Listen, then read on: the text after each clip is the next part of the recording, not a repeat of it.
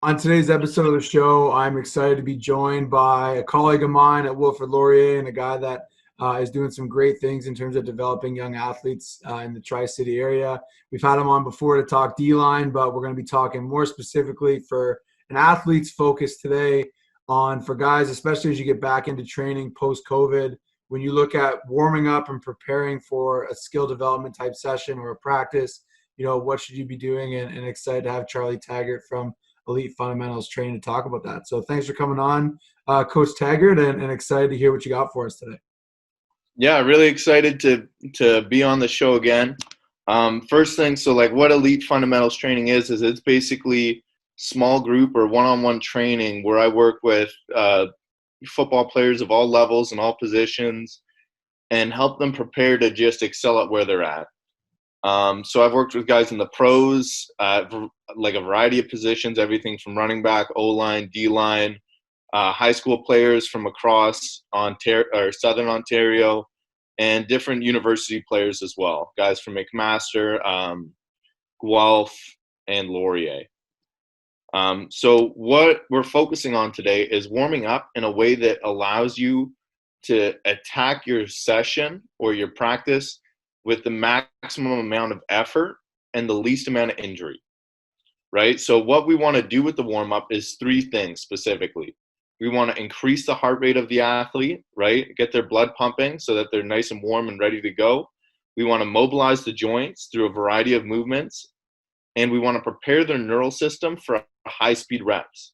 So we don't spend that way. We don't want to come in, spend 15 minutes warming up, and then another 15 minutes just getting our brains warmed up to actually go at a high tempo. We want to be able to come out of the gate every single practice with no wasted time so that we can, spend that extra 5 minutes on neural prep. And by the time we actually get going and the bullets are flying, we don't have to ease our way into it. We can hit it full speed. So I have a really particular warm-up, right? I have, I like to think of it as layup lines for basketball. Right? We're going to have the receivers come outside or whatever position. It could be linebackers or defensive backs. They're going to do their exercise along the outside of the cones, come inside the middle, catch a football at a high speed, practice attacking the football, right, in this situation. But more importantly, just continuously moving to keep that heart rate elevated and a little bit of downtime in between. So I'm going to come back to this clip. All right, next, we want to focus on really mobilizing the joints. Right? So that first part is just a layout for the warm-up. It's a good way to be continuous with moving. But again, we want to mobilize the joints as we get going. So we'll do a light exercise where we work on elevating the heart rate. And then we'll come to an exercise like this one where we're focusing on twisting and mobilizing. So this would be what I call like a downward twist. With a reverse lunge. So he's doing a reverse lunge, and now he's going to look past his opposite shoulder, and we're going to get everything from the hips to obliques, right, all the way up that hip flexor oblique and that whole left side here, and get him stretching and moving out of that. So none of these stretches or warm-up exercises are done. We don't hold any of it. We focus on mobilization, not flexibility. Right, so that we can prepare to be mobile athletes on the field, but we don't want to lengthen our muscles and put ourselves at an increased risk of injury right before we get going at a high tempo. Right, so he's just going to get to the end of the stretch and finish up. Right here we have like a side lunge slide with rotations. So all we're going to do now is rock from side to side, and we're going to rotate that toe. What that's going to do is it's going to help rotate the hip capsule and actually help create space and mobility in the hip. So what this little exercise is going to do is it's also going to allow him to play low. So all the time as you're going to hear your coaches, or as coaches, we're going to be saying, we need you to play lower, we need you to play lower. But the reality is as an athlete, you're already trying to do that. Well, how you do that is you have a really effective warm-up, and you make sure that when you're warming up, you're preparing yourself to do the actions that you need to do on the field. You're not doing it just to go through it, right? So again, we're going to play this video a little bit. He's going to rotate, slide from side to side, rotate that toe, You're going to get some pops in your hips as you do this exercise. So here's it from the start. You're going to see he lunges to one side. He's going to pull his hips across low to the other side and then back, and we're going to rotate both times. Right? Really focusing on, in that exercise, we're trying to get like the groin and the inner thigh muscles mobilized, and we're trying to rotate that toe to get that hip mobilized and the hip flexors activated. So right here, we're just going to see, again, this would be the first slower stretch that we do after we get the heart rate elevated. You'll see just in the left side of the screen, we're going to do a quad stretch with an overhead reach, focusing on balance, stability, and then coming around the corner, catching a football. Right? And then as that's happening, the next player is already going. Right? That way we can have multiple people warming up at once. Everyone's catching a football. Everyone's getting their hands warm at the same time that they're getting their bodies ready to participate. So some of the specifics with this stuff, right? We do A skips, but really specifically, we don't just focus opposite arm, opposite leg. We'll take some sessions and we'll focus on, maintaining good running form and going opposite arm, opposite leg. But what we can do right now, putting our hands overhead, is really target our low abs and our hip flexors and force them to do the majority of the work. Those are the muscles that we need in our drive phase as sprinters, and those are the muscles that we need to think about warming up. So as you can see, each one of these players is trying to mimic like a sprinting stride in a nice smooth skip. So if you watch the middle player here, you'll see his toes flexed up. His foot is underneath his knee. It's not leading in front. And he's going to drive that foot flat straight down into the ground so that we can get that glute activated, right? We want to try and avoid staying entirely on our toes during our sprinting and these kind of exercises because we just get less muscles engaged, right? So right here, you can see they're coming down hard and pressing through the ground, trying to get full extension at the bottom. You'll see he gets a little hop here. He's a little less than fully extended, but that other knee's driving high. Those low abs are being warmed up. Those hip flexors being warmed up. He's going to be ready to get going real fast. Right? So from there, now we'll escalate. If you come to the left side of the screen, sorry, lots of pictures are moving right now. Watch the far left side of the screen. You're going to see what would be the escalated version from the A skip. Now we're doing our high knees. This would be the last exercise we do before we get going. We're focusing on driving those knees high. Those hands are up so we can target those same muscles. And we're trying to keep our same sprinting mechanics and principles in place.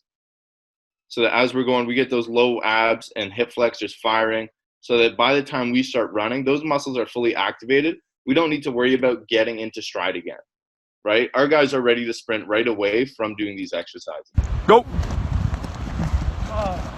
So next we get to, how do we get our brain to work fast? How do we get our feet to match the same speed that our brain wants to work at? Well, this is where we do what I call like a neural prep. So you'll see on the far left side, this is the first time we did this. He's going to go just 3 times in and out as fast as he can. And he's just going to focus on going as fast as possible and not so much about staying coordinated, right? Like the coordination is something that you have to practice at and it'll come as well as like just learning different movement mechanics. But right here, the focus is simply on going as fast as possible and just getting your brain and your feet to work at the highest speed that they can. Okay, next. So I have a few escalations of this. And what it translates to is a little bit more coordination from the athletes, a little bit more specific ability to be specific with their feet and their footwork. And then it also allows them right away to jump into something more complex, like you'll see these guys do here, where we actually have a change in sides, we switch our angles, we switch our body position, and we work really fast through it all, right? So again, you'll see it from this side. Ignore the guy on the left side of the screen, not his best rep. But the 2 on the right, you can see they're just moving fast. And that's all we would do. We'd do that once from either side after we finish the rest of the warm-up, and now our brains are ready to activate or are activated, and they're ready to work fast with our feet in unison. Okay, so after this kind of stuff, we'd spend probably what we get to after guys have really learned the warm-up is that takes about 15 minutes. Then we'll get into, and that'll include 10 to 12 exercises for the warm-up, along with catching 10 to 12 footballs, the neural prep, and then what we do is we get into unilateral training, right? Basically, all it is it's single footwork aiming to improve balance, stability, and explosive power. Very plyometric-esque. So one of the first ones we'll do is just a single foot icky shuffle. So he's going to get to the outside and he's going to pause and stop all his momentum, right? What that's going to allow us to do now is just build ankle stability, knee and hip stability, as well as a little bit of quickness with the single foot and a little bit of very light explosive power. Then we'll get to something quicker where we're trying to move fast on one foot, and we're just going to go in and out as fast as we can, right? Now it's starting to get a little bit more plyometric-like. It's starting to be a little bit more explosive and a little less slow, more focused on speed than just stability, right? And this is in preparation now to either do sprint work or go do full field work at full speed.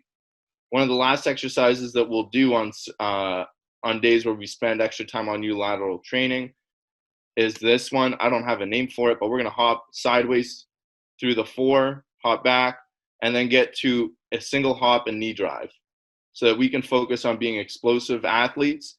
And it's all about reacting as soon as we touch the ground with our foot, right? So I just want to rewind the last bit again. You'll notice that as he goes through that single foot, we have to change directions, right? Go all the way, maintain balance on one foot. Again, we're going to go change directions, turn, and now we're focusing on driving that knee for height as we jump off and being really explosive athletes.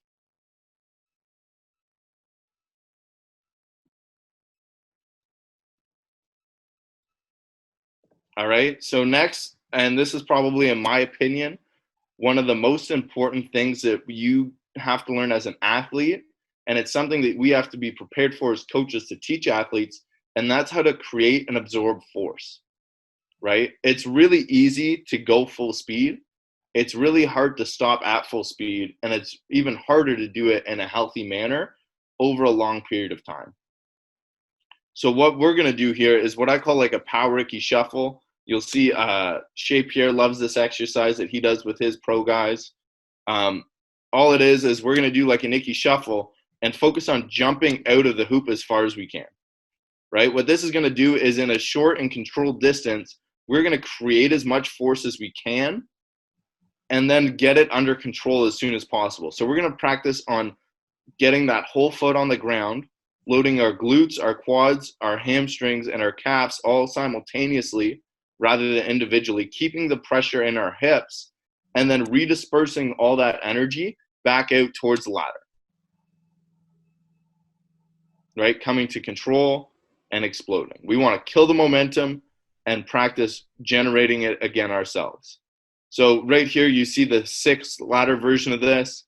When the athletes start to get better, we'll escalate and we'll go as far as doing up to 19 reps, right? Which is a little bit excessive, but you know, as an athlete, you have to be conditioned to operate while tired.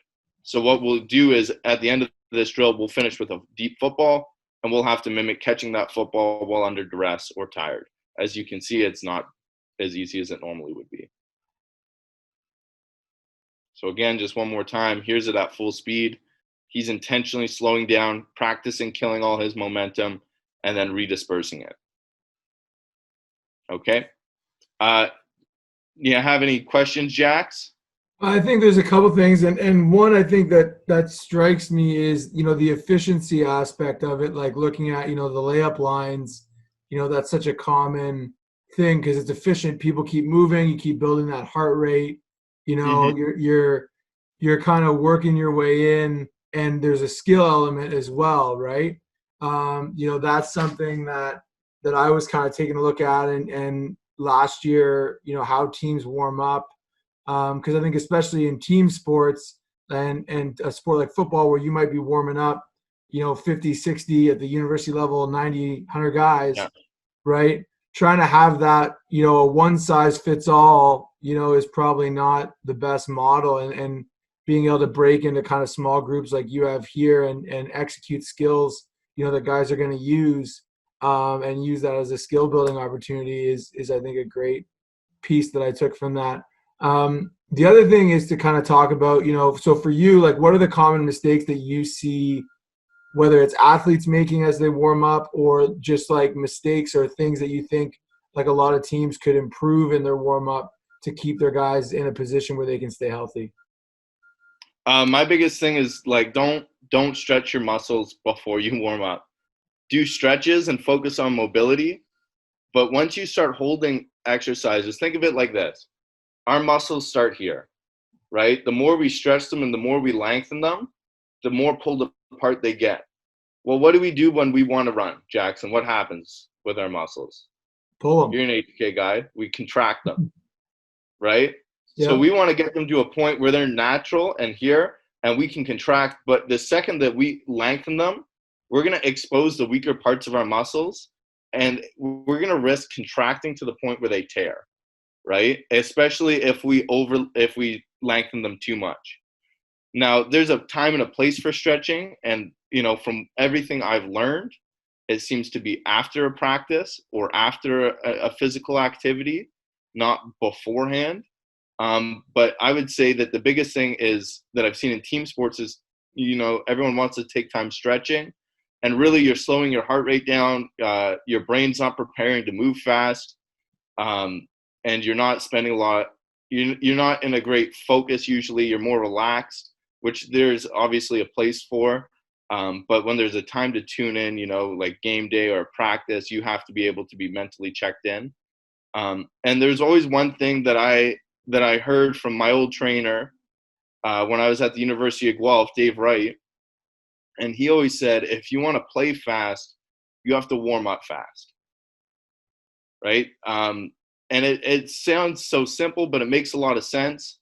And honestly, the guy that I'm learning it from, or that it said those words, was a head athletic therapist in the CFL, right? Like he was at the top of the game, and he was good at what he did. He was a miracle worker, right? So I tried to apply that a few times in my later end of my career, and sure enough, the faster I warmed up and the harder I went on the warm up, the easier it was to compete in practice right away, and the less I had to worry about muscle pulls or being injured.